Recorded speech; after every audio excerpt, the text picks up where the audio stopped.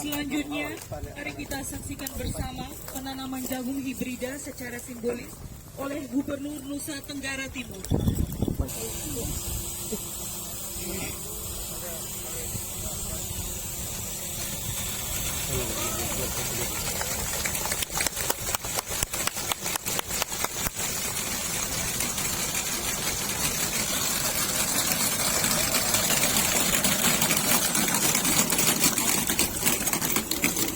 Baliknya.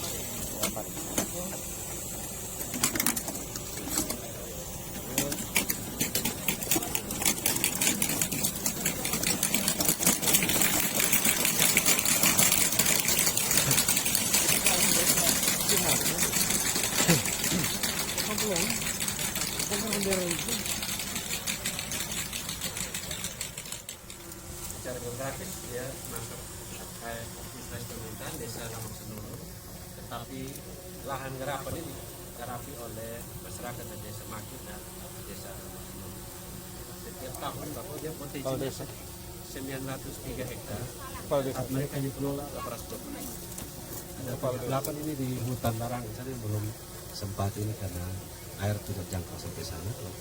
Kemudian mungkin sedikit penjelasan di MT1 ini mereka tanam full 825 tertanam, tapi padi semua.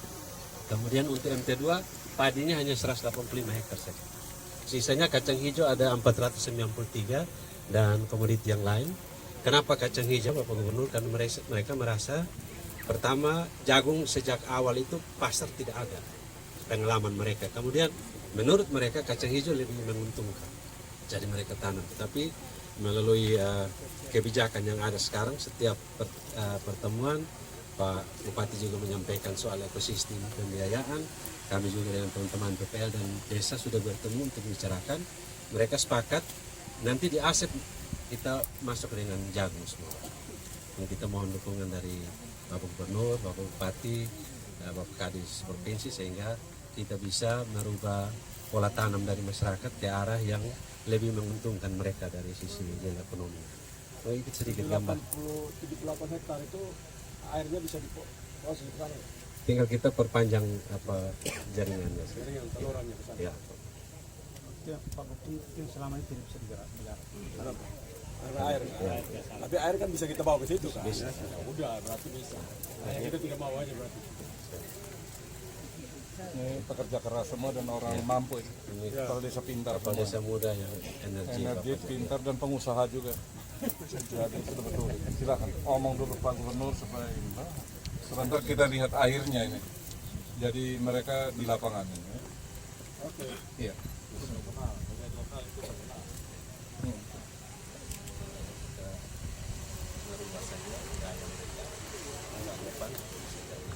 Oke.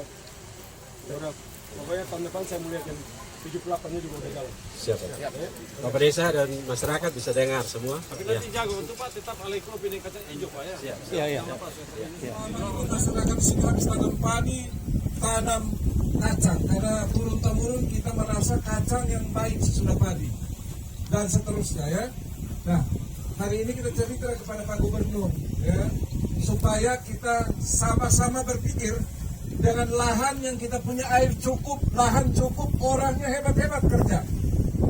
Ya, supaya ini lahan ini, tanah kita punya ini menghasilkan hasil lebih banyak lagi. Bagaimana caranya? Ya, bisa ya? Ya, mari. Siapa yang mau bicara? Saya Maximus Bere, Ketua Kelompok Tani Lintas Batas 1, Desa Lamak Senulu, Kecamatan Lamak Nenu.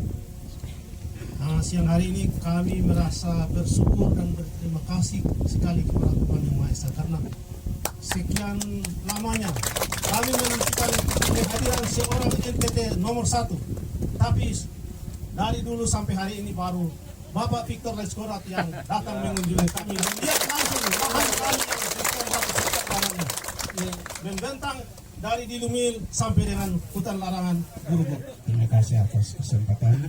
Saya Ketua Kelompok Tani Damar. Saya pensiun guru. Setelah pensiun saya berkecimpung di pertanian. Karena pertanian ditanam kacang ada 1-2 porsi. Yang pertama lebih cepat. Begitu kami panen detik ini juga kami terima uang. Yang kedua, batangnya untuk peternakan. Itu juga kami selipkan itu juga diperhitungkan. Yang ketiga, jagung baru tahun ini, karena memang kami dulu kami hidup dari jagung. Hanya ketika kami jual waktu itu belum ada hasil. Untuk itu kami bersyukur dengan adanya kedatangan Bapak Gubernur membawa potensi baru untuk kami, khususnya tanaman jagung. Kepada saya, pertama saya ingin sedikit menggambarkan keadaan di sini. Seperti tadi sudah disampaikan, ada 425 hektar yang diolah musim pertama dan musim kedua. Tapi yang menjadi kendala di sini itu pada saat musim pertama, yang ada di sini adalah intake. Jadi air dari kali langsung masuk ke irigasi. Sehingga pada saat musim hujan, bila ada banjir berarti mereka fokus di pintu-pintu air untuk menggali sedimen-sedimen yang tertutup karena banjir. Sehingga pekerjaan-pekerjaan itu sedikit terhambat. Di sini kami ada satu potensi yang bisa dibuatkan bendungan, itu ada di belakang kita di depan Gubernur, itu Mojareko. Itu potensi cukup baik, daya tangkap air juga bisa cukup baik. Dan itu kalau dibangun sebuah bendungan yang besar, berarti musim hujan kami tidak mengharapkan air yang di perbatasan itu. Kami akan mengharapkan air yang dari bendungan itu. Dan yang kedua, ke depan air ini akan semakin sulit. Di mana kali di Malibata ini adalah kali yang berada di luar negara, sehingga ke depan bisa jadi terjadi case antara orang Timor Leste dengan orang Indonesia. Sekarang ini saja musim-musim seperti ini mereka menutup air di atas pakai eksa, sehingga kadang debit. Nah, jadi terima kasih, ada beberapa yang disampaikan tadi. Yang pertama, kita akan mesti mekanisasi di Bupati 2002 yang disampaikan Bapak Gubernur, karena itu lapangan itu harus berubah. Pematang tidak boleh kecil-kecil begini. Kalau alat panen masuk, pematannya harus besar karena dia butuh manuver untuk putar. Ya, karena itu tolong diperbaiki pematangnya, penyuluh ya minimal 25 kali 25 pematang. Ya, supaya nanti mesin tanam masuk, mesin panen masuk, itu manuvernya lancar, tidak habis waktu karena bolak-balik nanti lahannya rusak. Ya toh? Setuju kan? Setuju toh? Nah, supaya jangan pakai ini lagi, pakai ini sudah. Nanti panen pakai mesin. Sebentar Pak Kadis, bikin pematang pakai eksa kecil ini bisa kan? Bisa. Bikin pematang pakai eksa ternyata. Bisa ya? Ya. Oke. Bikin yang besar. Bikin yang besar pematangnya supaya tanamnya cepat, panen juga cepat. Ya, kalau pematang kecil-kecil begini habis waktu, habis bahan bakar, bapak biayanya besar. Ya. Yang kedua, nanti traktor roda 4 itu kita segera masukkan untuk persiapan lahan. Ya, bagi yang mau tanam nanti Panison cek berapa banyak lahan yang mau dikerjakan di sini untuk kita percepat pengolahan. Jadi jangan roda 2. Tadi mana yang usul roda 2 tadi itu? Kalau ada pecah nanti, roda 4 kira-kira nanti. Ya, traktor yang besar, yang roda 4. Jadi bapak tidak dapat traktornya, dapat lahan yang sudah terolah. Ingat bapak itu, lahan yang sudah akan diolah. Traktornya nanti pulang, habis olah dia pulang. Ya, kemudian untuk jalan yang di sini nanti Pak Kadis, Pak Kadis masuk di itu usulan jalan Nusa Tani. Yang berapa kilo nih? 3 kilo lebih, 3,5, 3.500. Berapa? 45 tidak ada masalah. Pak usul Pak usul sudah masuk sekarang masih bisa. Proposalnya. Jalan Nusa Tani ini kita kasih beres ini kawasan sudah. Oke. Hulunya kita kasih beres. Ya, di hulunya kita perkuat dengan traktor roda 4 alat tanam, di hilirnya mesin mekanisasi sekaligus jalan usaha tani. Jadi ini kawasan kita kasih beres sudah di 1-2 tahun ke depan. Setuju tidak? Nah, ini perintah Pak Gubernur ini. Saya omong ini atas nama Pak Gubernur, atas perintah beliau. Bukan saya pun mau sendiri. Kepala saya Bapak Guru, terima kasih. Kita akan menanam lagi, tetapi kacang hijau tidak boleh tidak ditanam. Walaupun kita menanam jagung, kacang hijau bisa kita tanam di sela antara jagung dan jagung. Ya, berarti cara tanam kita itu menggunakan double track. Jadi dua baris itu jarak antara baris dan baris itu 90 cm. Nah 90 cm itu yang kita masuk sistem alai kopeng ya, menggunakan penanaman di lorong 90 cm untuk tanam kacang hijau bersamaan dengan tanam jagung.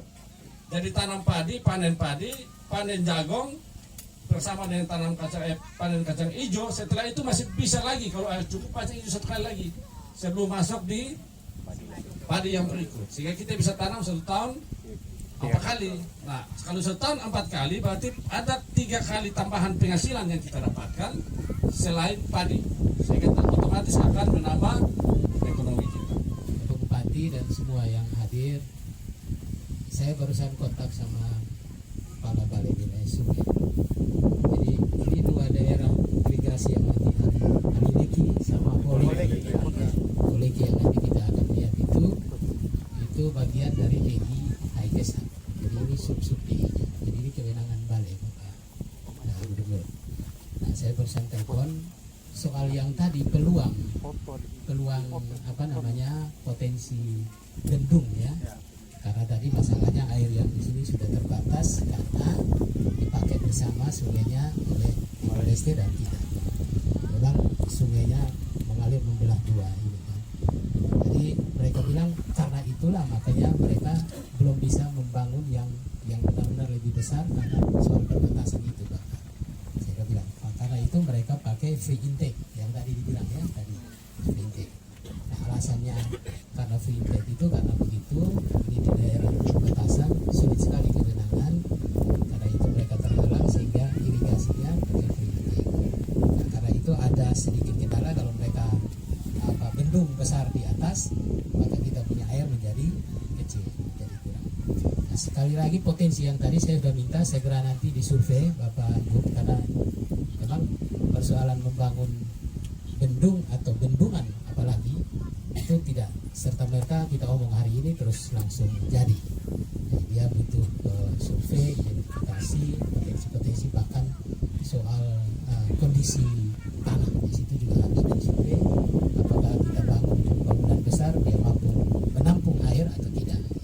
Itu soalnya. Jangan sampai kita membangun bendung yang fungsinya besar, sementara nanti airnya tertampung sementara kemudian hilang karena kita kurang melakukan kajian atau penelitian soal kondisi tanah. Jadi saya sudah minta tadi, saya sudah minta untuk segera lakukan identifikasi survei, kemudian nanti soal hutan-hutannya ambil dan seterusnya, supaya harapan kita tadi bisa terjawab.